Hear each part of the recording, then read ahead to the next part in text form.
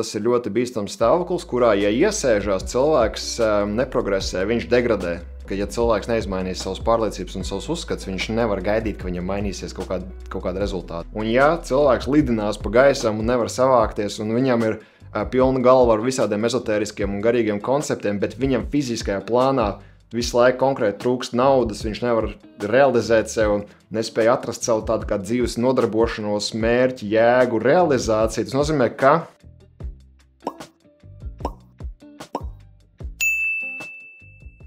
tātad zināšanām ir jābūt līdzsvarā ar rīcību, tāpēc, ka ja nav rīcības, tad mums nav attiecīgi progresa.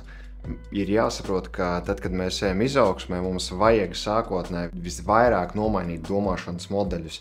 Ja mēs cenšamies gūt jaunus rezultātus, nemainot savu iekšējo stāvokli, kas ir domas, emocijas un pārliecības, tad ja mēs šito daļu nemainām, tad mēs nevaram gaidīt, ka mēs kaut ko izdarīsim pa jaunam. Visticamāk, ja mēs ar veco kaut kādu negatīvo, piemēram, domāšanu vai vēlmi izmukt no ciešanām vai ar iekšēju kompensācijas sajūtu gribam kaut ko sasniegt, tad visticamāk sasniegtais rezultāts būs ar problēmām. Ja?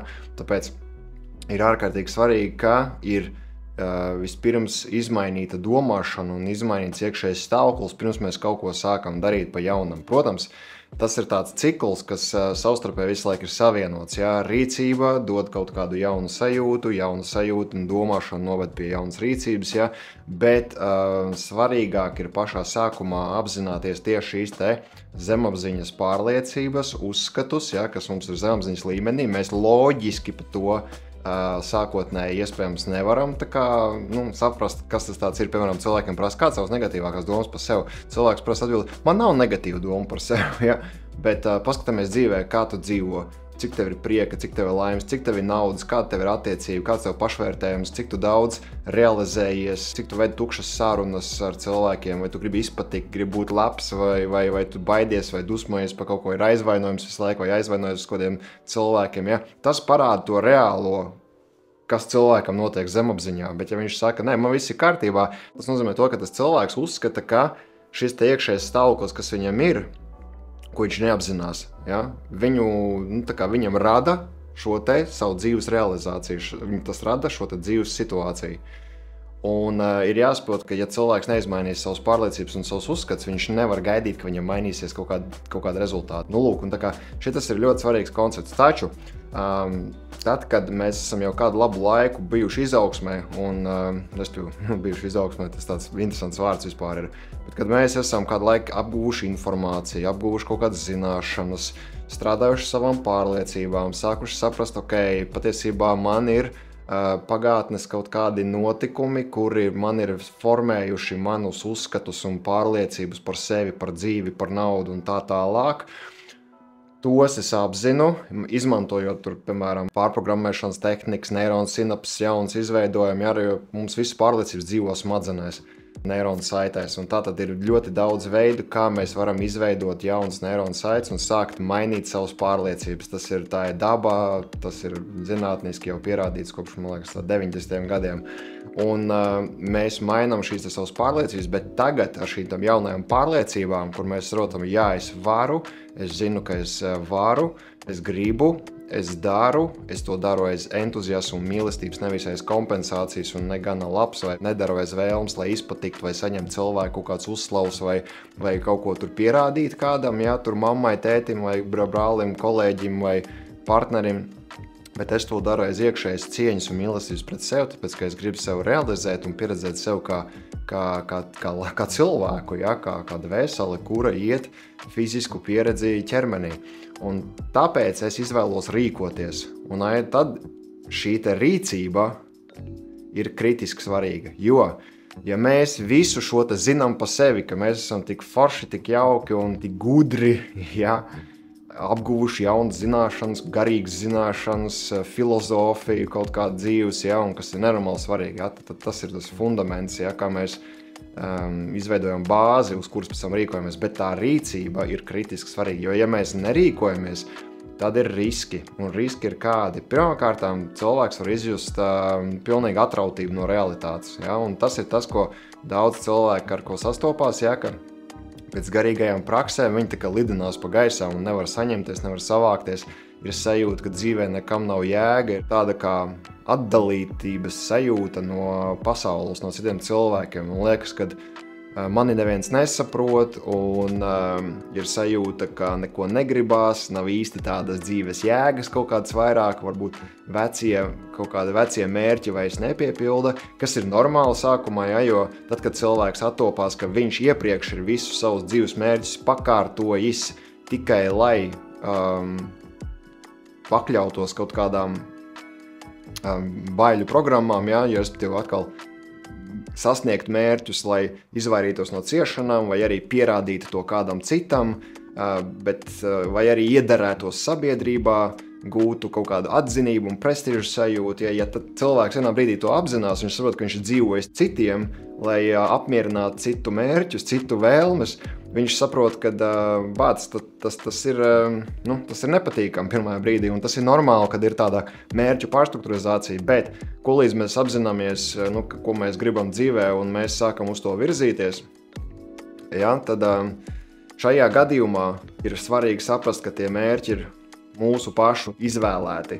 Bet ja mēs šos mērķus nesasniedzam, tad var sākties, nerīkojamies, tad var sākties tāda kā bišķi depresija. Ja? Un tas ir ļoti bīstams stāvoklis, kam ir jāpievērš uzmanību. Un patiesībā pārāk maz par to runā izaugsmes jomā un pārāk maz pievērš tam uzmanību, jo liekas, ka tas jau ir tāds nebeidzamais ceļš un tāda bišķiņa kaut kur peldēšana, ja?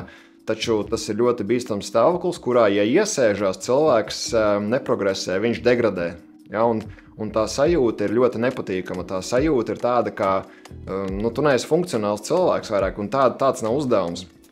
Vēlreiz, ir saprotams, ka pēc transformācijas kursiem, visādām izaugsmas sesijām var būt pāris nedēļas šāda pārstrukturizēšanās, tāpēc, ka tas aizņem laiku smadzenēm reāli pārstrukturizēties. Bet es teiktu, šeit mēs runājam, 6 līdz 12 nedēļas, tas varētu būt vēl veselīgi, ja? Bet pēc tam viss, kas sākās pēc 12 nedēļām, jau 3 mēnešiem, jo joprojām nevar savākties, ja? Un joprojām nezinu, kur iet, ko darīt, visticamāk, tad vajadzīgi ir vairāk rīcību un sazemēšanās.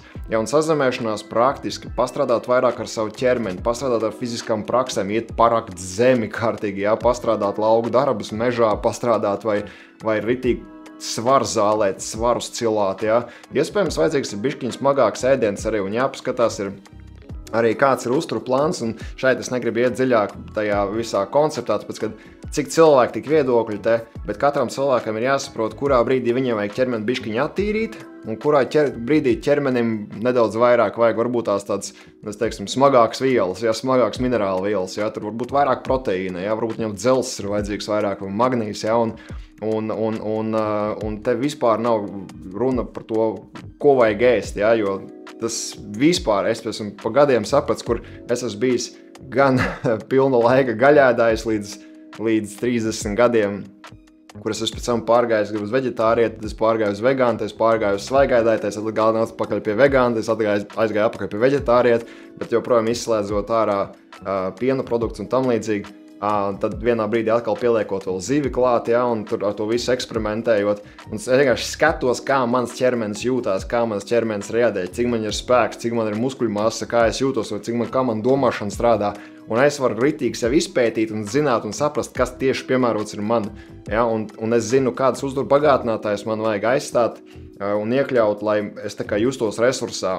Bet tas bija mans eksperiments apmēram 5 gadu garumā. Ja, un tam eksperimentam arī ir savas ēnas puses, ja, bet tas ir cits stāsts. Vienkārši tev ir jāzina, ka tavs ķermenis, tas ir tavs sazemēšanās instruments. Un ja cilvēks lidinās pa gaisam un nevar savākties, un viņam ir pilna galva ar visādiem ezotēriskiem un garīgiem konceptiem, bet viņam fiziskajā plānā visu laiku konkrēti trūkst naudas, viņš nevar realizēt sev un nespēja atrast savu tādu kā dzīves nodarbošanos, mērķi, jēgu, realizāciju. Tas nozīmē, ka ir pārāk daudz zināšanas, pārāk daudz augšējie enerģijas centri ir atvērti un cilvēkam apakšējie nav sazemēti, respektīvi cilvēks nav strādājis ar savām apakšējiem centriem un viņš nav sazemēts un saķerē ar zemi. Un tas nozīmē, ka cilvēkam vajag praktiski vienkārši vairāk rīcības, praktiski vairāk sazemē. Un pa sazemē mēs runājam visas ķermeniskās prakses, uzturs, miegs, augstumpeldes, ja, fiziskas aktivitātes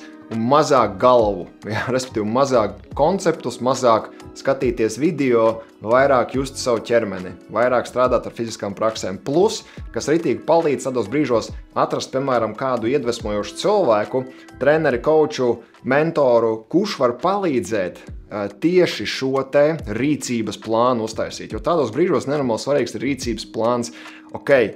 Es sāku domāt tagad pa jaunam, es sāku domāt savādāk, kas ir tas, kas man būtu jādara, ko es gribu darīt. Un šeit ļoti palīdz, kad ir kāds cilvēks, kurš var no malas uzdot pareizes jautājumus un ļoti īsā laikā vienkārši tev iedot 1, 2, 3, 4, 5 un pastaigāt līdzi, paturēt rociņu tādā sarunu valodā, ja? Paiet līdzi un angliski saka accountability, jeb turēt atbildīgi to cilvēku, lai viņš rīkotos. Un tas ir ļoti, ļoti svarīgi, ja, ka vai tas ir kāds draugs, vai tas ir kāds paziņa, vai tās ir kaut kādas draugu komunas, kurās savstarpēji vienkārši viens otru iedvesmu un atbalstu. Bet es vēlreiz saku, tas ir normāli investēt 1-pret-1 coachingā un treneros, kuri tev reāli tura atbildīgu, ka tu dari lietas, ja? Tāpēc, ka tas ir tas galvenais kritērijs, kas beigās pārvērtīsies fiziski taustāmā realitātē, jo tu redzēsi, ko tu esi izdarījis ar savu šo te jauno garīgo stāvokli, ar jaunām zināšanām un ar jaunajām iekšējām iemaņām, ja tā varētu teikt. Protams, ir jāsaprot, ka šī te fiziskā darīšana ir tikai viens aspekts. Daudziem cilvēkiem notiek realizācija pati no sevis, tāpēc, ka normāli būtu vajadzīgs tad, kad izaugsmē mēs ejam balansā un līdzsvarā. Tas nozīmē, mēs vienlīdz strādājam gan ar saviem augšējiem enerģijas centriem, gan ar apakšējiem. Normāli būtu tā, ka cilvēks ikdienā pats jūt, kurā brīdī vajag tagad darīt, tagad vajag pamācīties, tagad vajag zināšanas, tagad vajag rīcību. Tagad vajag pataisīt prakses, kas ir vairāk garīgās, ezotēriskās, tagad vajag vairāk prakses, kas ir uz sazemēšanos, uz klātesamību, uz ķermeņa jušanu, uz elpošanu, ja? Just savu ķermeņu, just savas emocijas, emocionālo inteliģenci, attīstīt vairāk. Ja? Normāli cilvēkam tas ir līdzsvarā. Bet ja kādā brīdī mums gadās tā, ka mēs izšaujamies kaut kādā tur kosmosā un pēc jaudīgas prakses vienkārši notiek liels paplašinājums, kas ir normāli un tā cilvēkiem vajadzētu būt, ka viņiem ir tādi kā kvantu lēcieni, ja tā varētu teikt. Tikai pēc šiem kvantu lēcieniem ir svarīgi sazemēties. Ja, un tas ir visātrākais veids, kā progresēt. Un vēlreiz par sazemēšanos es jau runāju. Ja, visi ķermeņa prakses un rīcība. Un tas ir tas, kā cilvēks visātrāk progresēs savā dzīves izaugsmē, savā dzīves realizācijā kā cilvēks uz planētas Zeme, ja, kur mēs esam dvēseles fiziskā ķermenī, kas iet pieredzi. Un tas ir šis te līdzsvars, kas mums ir visiem jāiemācās. Un tas ir dzīves cienīgs uzdevums, es teikšu tā, ja, un man pašam arī nevienmēr tas uzreiz izdodās, un tas pēc atsevišķiem brīžiem tas prasa laiku, kamēr es saprotu, kas notiek ar mani, kas ir manas jaunās vērtības, kas ir manas jaunās sajūtas, kas ir mana jaunā motivācija vispār. Un kopš kad es saprotu, ka ar kādu motivāciju patiesībā es esmu dzīvojis līdz šim, ja? Un tas aizņem kaut kādu laiku pasēdēt dažreiz klusumā. Tad nesen mums bijām spēku konferencē un viena lektora tieši to teica, atbildot uz auditorijas jautājumu, kas ir no serijas vislabākā praksa. Viņa teica klusums. Ja? Klusums ir vislabākā praksa. Pasēdēt klusumā, tāpēc, ka klusumā, bez mūzikas, bez podkastiem, bez cilvēku čalām, bez kaut kādiem trokšņiem, vienkārši klusumā, klusā istabā, klusā telpā, mežā, dabā, kalnos, ja, vienkārši pasēdēt un ļaut, lai tas viss, teiksim tā, mentālais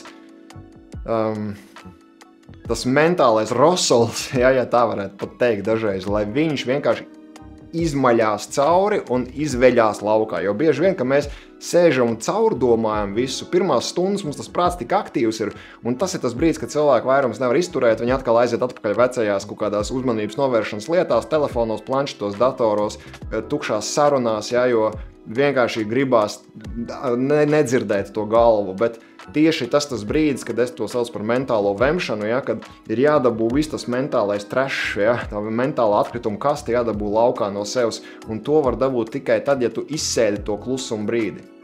Un tāpēc nākotnē vajadzētu domāt, ka nu,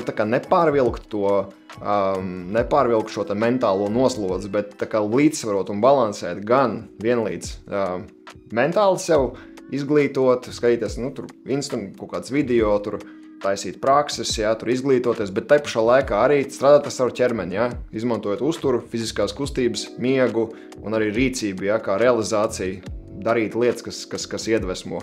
Un veltīt laiku tam, lai saprastu, kas iedvesmo, tā ir atkal šī mentālā daļa, kas ir mentāla, emocionālā, garīgā daļa, kas ir jāsaprot, vērtības, lielie mērķi.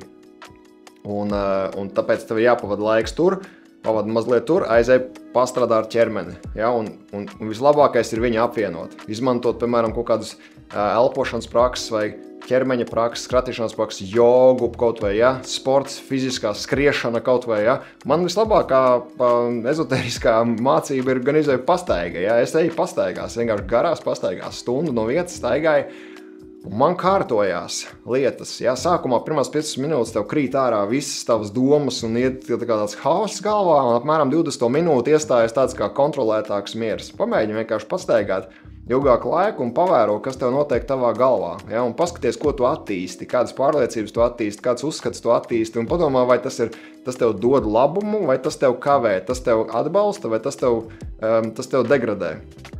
Un ļoti godīgi mēs uzreiz varam pateikt, ja tās pārliecības, uzskatu un domas ilgstoši mēs maļam pa galvu, kas ir neproduktīvs, negatīvs, nozīmē, ka ir jāstrādā ar savu zemapziņu, kuras to ģenerē. Tad ir zemapziņā kaut kādas negatīvās limitējošās pārliecības un uzskati, kuras ir izveidojušās no pagātnes negatīvām pieredzēm.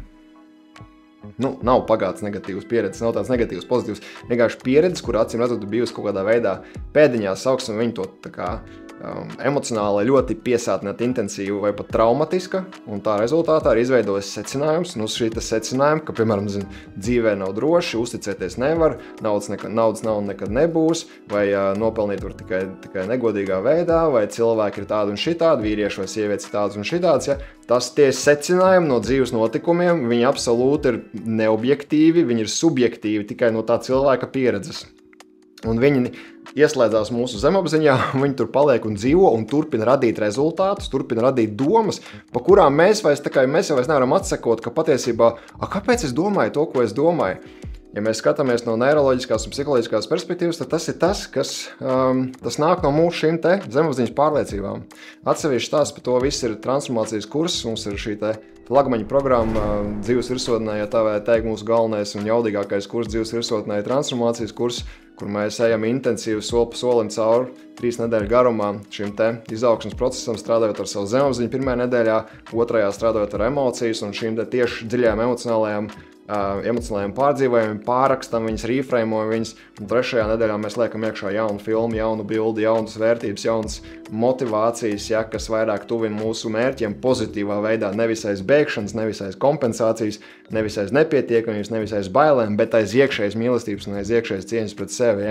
Tāpēc tas ir vesels process, ar ko mēs, principā, dzīves virsotnē ļoti daudz strādājam. Tāpēc pilnībā piekrīt tādam filozofam Alalam Watsam, kurš saka, vislabākais veids, kā sasniegt jauns rezultāts, ir nevis spiest uz jauniem ieradumiem, bet atteikties no vecām limitācijām. Tā kā gaisa balonam, tu nomet nost smagumu maisus, gaisa balons ceļās augšā pats no sevis. Tāpat kā zāle aug pat no sevis, mums viņu nevajag motivēt augt. Viss, kas mums vajadzīgs, ir pavākt nost viņai jebkādas traucējumus, kas, piemēram, lai tiek saulu klāt, varbūt nedaudz ūdeni paliet virsū, un viss, un tā zāle trauks, vai ne? Mums nevajag motivēt, lai zāle aug. Vienkārši novākt šķēršļus, lai tā zāle aug. Tāpēc es ceru, ka šis video tev bija iedvesmojošs un noderīgs. Tu vari padalīties ar savām pārdomām zemāk komentāros.